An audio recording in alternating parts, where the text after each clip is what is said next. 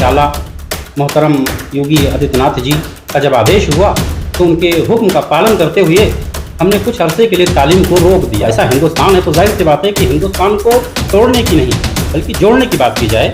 मंत्री ठीक है, ये उनको हक है, मुकम्मल हक है, मदरसों का जांच होना चाहिए, हम इससे सहमत हैं।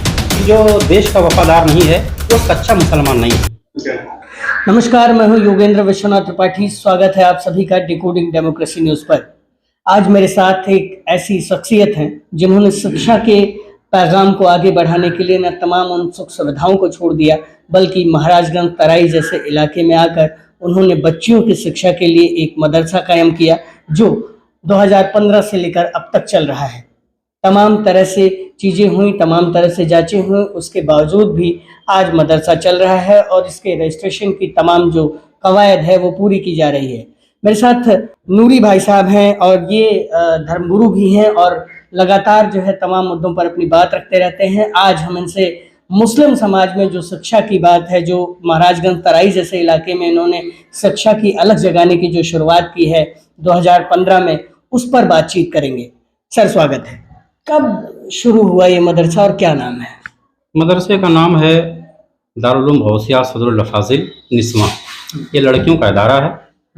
ये 2015 के बाद में इसकी शुरुआत हुई, जिसमें अल्हम्दुलिल्लाह सुम्मा अल्हम्दुलिल्लाह करीब 85 से 90-100 के आसपास बच्चियां तालीम हासिल कर रही हैं। जिसमें हिंदी इंग्लिश के साथ साथ में जो जमात वाइज तालीम होती है, धार्मिक तालीम जी, वो बच्चियों को दिलाया जाता था, जिसको कहते हैं शोबे प्राइमरी से शोबे फजीलत तक। जैसे मैं आलिम हूँ तो ये शोबे आलिमियत तक की तालीम होती थी।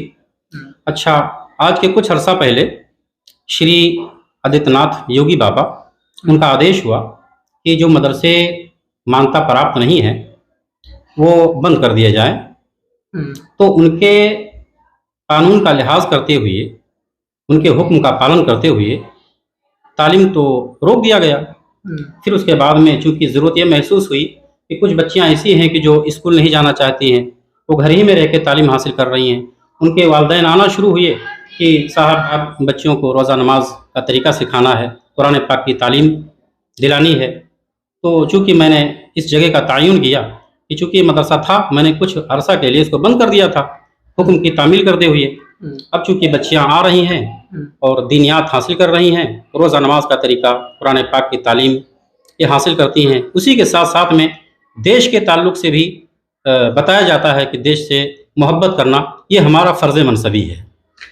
देश से मोहब्बत करना ठीक है, लेकिन शुरुआती दौर में क्या लगता है कि मदरसों की जो जांच हो रही है, जो तमाम चीज़ें हो रही हैं, उससे कितना इम्पैक्ट पड़ रहा है?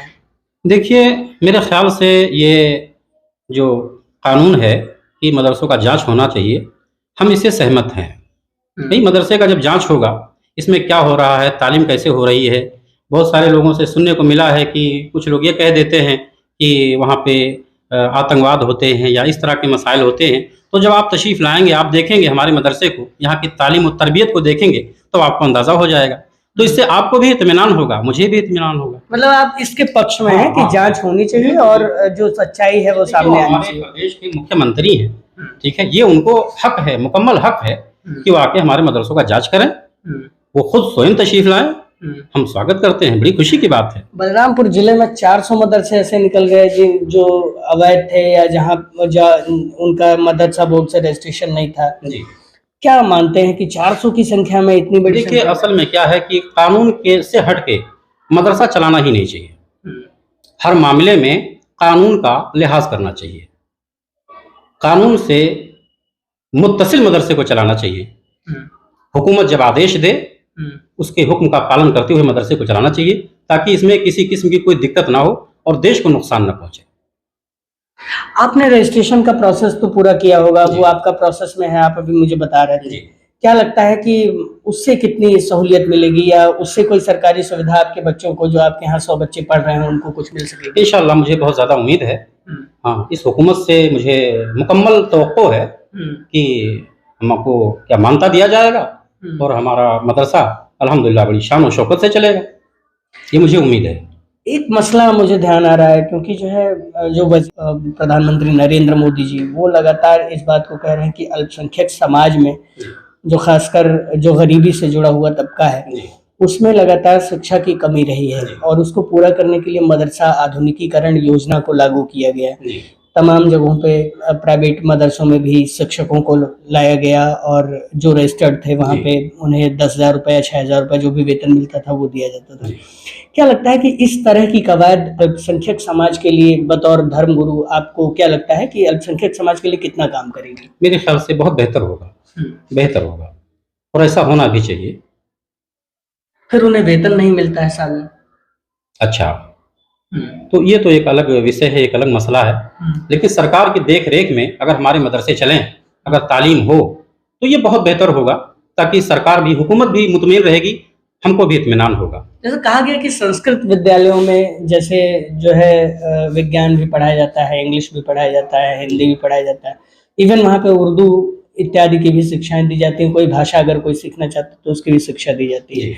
इसी तरह से मदरसों में जो कवायद शुरू की गई आधुनिकीकरण योजना के तहत, तो उससे आप अपने मदरसे को कैसे देखते हैं, यहाँ पे पढ़ने वाली बच्चियों के भविष्य को कैसे देखते हैं, और जो तमाम चीजें चल रही हैं सरकार के कवायद से यहाँ तक जमीन तक जो पहुंच रही है उसको कैसे देखते हैं? अल्हम्दुलिल्लाह मैं उसको अच्छी नज़र से देखता हूँ। हम इस मामले में बहुत मुतमईन हैं कि अगर ऐसा हो रहा है या ऐसा होगा तो वो मदरसों के हक में बेहतर होगा, बच्चों के हक में बहुत बेहतर होगा। क्योंकि हमारे यहाँ का खुद वसूल है कि बच्चियों को हिंदी इंग्लिश की तालीम भी दी जाती थी, तरबियत भी दी जाती थी, और उसके अलावा कुरान पाक की तालीम, मजहबी तालीम भी सिखाया जाता था।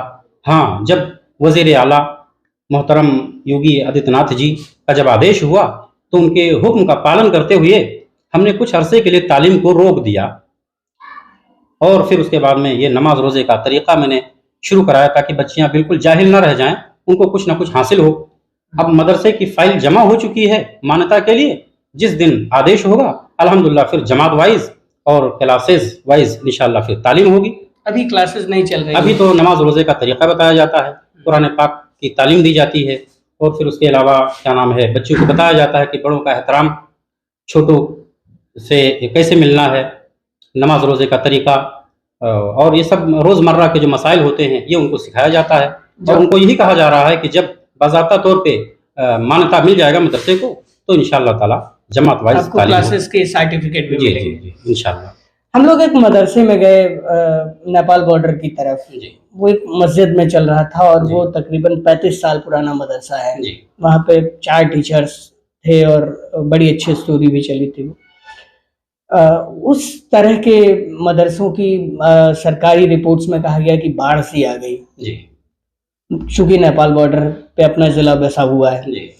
अब ये देखने वाली बात है कि इनमें जांच हुआ तो कुछ ऐसा नहीं निकला कि आपने अभी कहा कि कुछ लोग कहते हैं कि आतंकवाद की ट्रेनिंग दी जाती है, इस तरह की कुछ चीजें, तो इस तरह के कोई मसले नहीं निकले। आपको क्या लगता है कि जो मदरसों को चलाने की प्रक्रिया है वो थोड़ी सी सरल की जाए, या जो है जिस तरह से चल रहा है उसी तरह से चले? नहीं, मदरसे को जो तालीम का मामला है उसको थोड़ा सा आसान किया जाए, और वो शोबाजी ना करके एक ज़रूरत के तहत तालीम होना चाहिए। जैसे मैं देखता हूँ बहुत सारे मदरसों में या और मामलात में शोबाजी ज़्यादा हो रही है, तालीम कुछ नहीं है और बातें बड़ी लंबी चौड़ी हैं। ऐसा नहीं होना चाहिए। अभी तो तालीम की ज़रूरत है, अभी तो शिक्षा की ज़रूरत है, अभी तो बेहतरीन तरबियत की ज़रूरत है, अभी तो शोबाजी का मसला नहीं है। हमारे देश में मैं देख रहा हूँ कि इन चीज़ों की कमी है, कि ख़ासतौर से चाहे वो अपनी जमात के लोग हैं, चाहे वो गैर हैं, लेकिन क्या है कि तालीम का जो मसला है उस पर सही तरीके से तवज्जो करके और देश को आगे बढ़ाना चाहिए। इसलिए कि हमारा देश आगे जब जाएगा कि जब तालीम बेहतर होगी, हमारी सोच अच्छी होगी, हमारे फ़िक्र जब बेहतर होंगे, फिर हम देश के लिए कुछ कर सकते हैं। मतलब आपके कहने का अर्थ यही है कि देश के लिए अगर कुछ करना है तो समाज को शिक्षित होना चाहिए। मेरे नबी ने फरमाया है, देश को इतनी अहमियत दिया है। इसीलिए मैं कह दिया करता हूँ, मैं अपने अक्सर मामलात में मैं कहता रहता हूँ कि जो देश का वफादार नहीं है वो सच्चा मुसलमान नहीं है। इसलिए जी बिल्कुल मैं जिम्मेदारी के साथ कह रहा हूँ कि जो देश का वफादार नहीं है वो सच्चा मुसलमान नहीं है। इसलिए कि मेरे नबी ने, पैगम्बर आज़म सल्लल्लाहु अलैहि वसल्लम ने देश से मोहब्बत करने की तरगीब दी है। और हिंदुस्तान के ताल्लुक से तो मेरे नबी ने फरमाया है कि हिंदुस्तान से मुझे जो है ठंडी हवाएं महसूस होती हैं, ये मेरे नबी ने फरमाया है। तो अब ऐसा हिंदुस्तान है तो जाहिर सी बात है कि हिंदुस्तान को तोड़ने की नहीं बल्कि जोड़ने की बात की जाए, और उसका मसला जब होगा कि जब हमारी शिक्षा मजबूत होंगे, हमारी तरबियत अच्छी होगी। यानी अगर हमारे अंदर शिक्षा नहीं है तो तरबियत अच्छी होनी चाहिए। तो आपके कहने का मतलब है कि तमाम मसाइल का जो हल है वो यही है कि जो शिक्षा है वो बेहतर हो, वो चाहे अल्पसंख्यक समाज में हो चाहे किसी भी समाज में हो, शिक्षा अगर बेहतर है तो वो उसे आगे बढ़ाने का काम करेगी। इस तरह के मदरसे लगातार ज़िले में अपनी अवस्था को बचाने के लिए, अपनी व्यवस्था को बचाने के लिए लगातार संघर्ष कर रहे हैं। कुछ जगहों पे बहुत बेहतर पढ़ाई होती है तो कुछ जगहों पर जो है नाम मात्र की पढ़ाई होती है, लेकिन शिक्षा की जो बात है, जो तमाम चीज़ें हैं, वो कहीं न कहीं समाज को बेहतर बनाने के लिए ही काम में आ रही हैं। बलरामपुर से Yogendra Vishwanath Tripathi, decoding democracy news के लिए।